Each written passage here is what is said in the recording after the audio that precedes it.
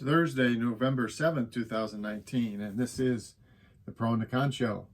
I'm your host, Michael James Ott. Welcome to the show. So today we're going to actually look at the 5 different information streams that I often look at.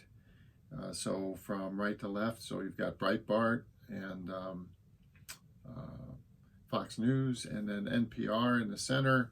And then left of center is CNN, and more left of center still is Huffington Post. So one of the big problems, and again, one of the reasons why I go through the information as I do here is to show this difference in bias, and so just to make sure people understand these. Information sources, for example, Breitbart or Fox News, they have no mandate by some kind of government authority to tell the truth or anything like that. They are privately held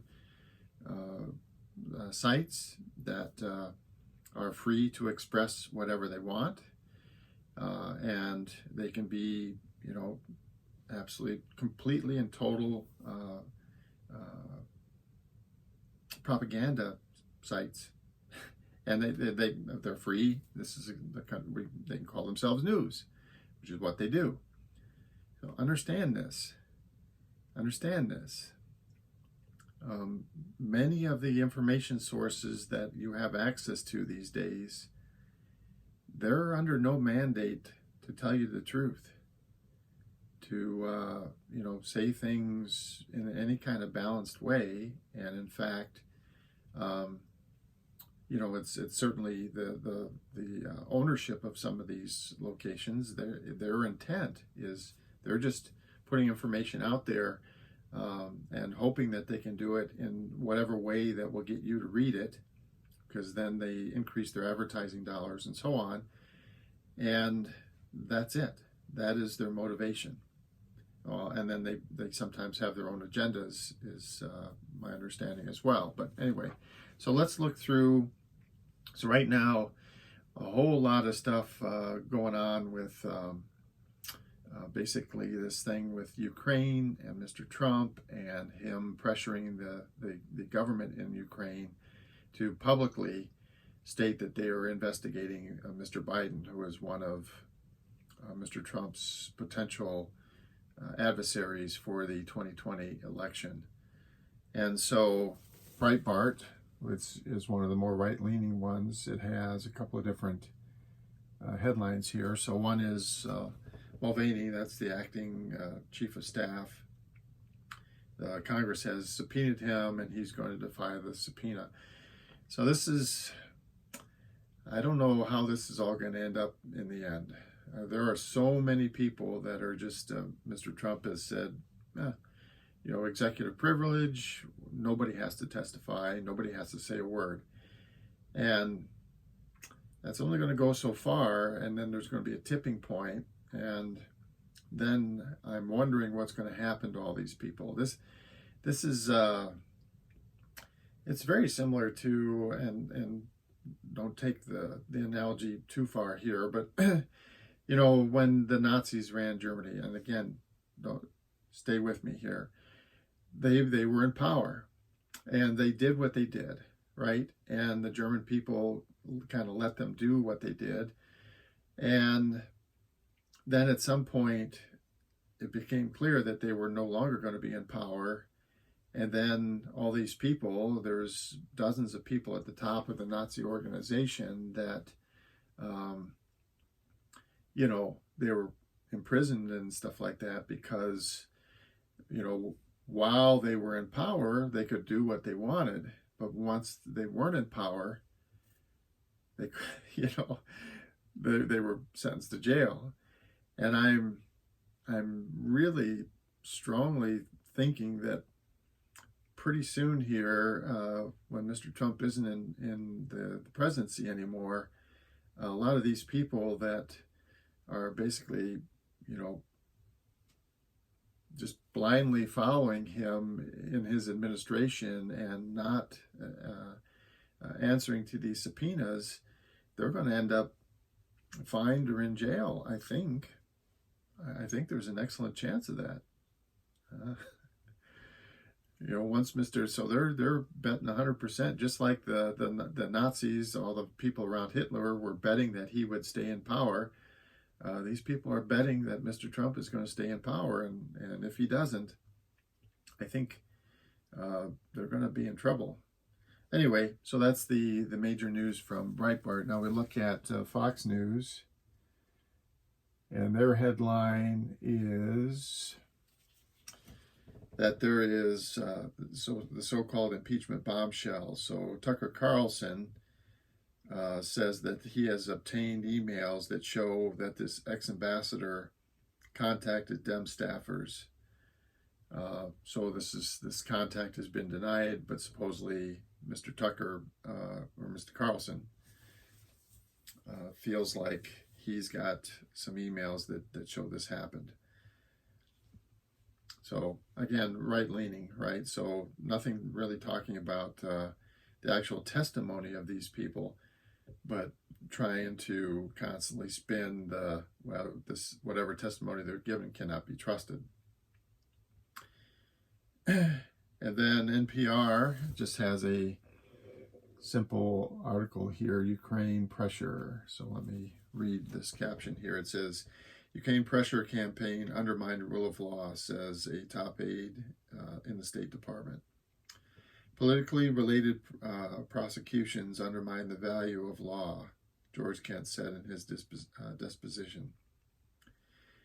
The transcript of his interview with the impeachment investigators was released on Thursday. So, it just this fellow who is testifying, this is what he said. Okay, the who, the what, the where, and when. This is a person, and he said what he said, and that's what's being reported by NPR, and that's the way it should be. And all of these headlines, what does it mean? Where's it going? What does it mean? So, for example, CNN, their major headline is that Mr. Bloomberg is potentially going to jump into the field. Now, this was also mentioned on Breitbart, and what is the headline? What Bloomberg means for the 2020 field.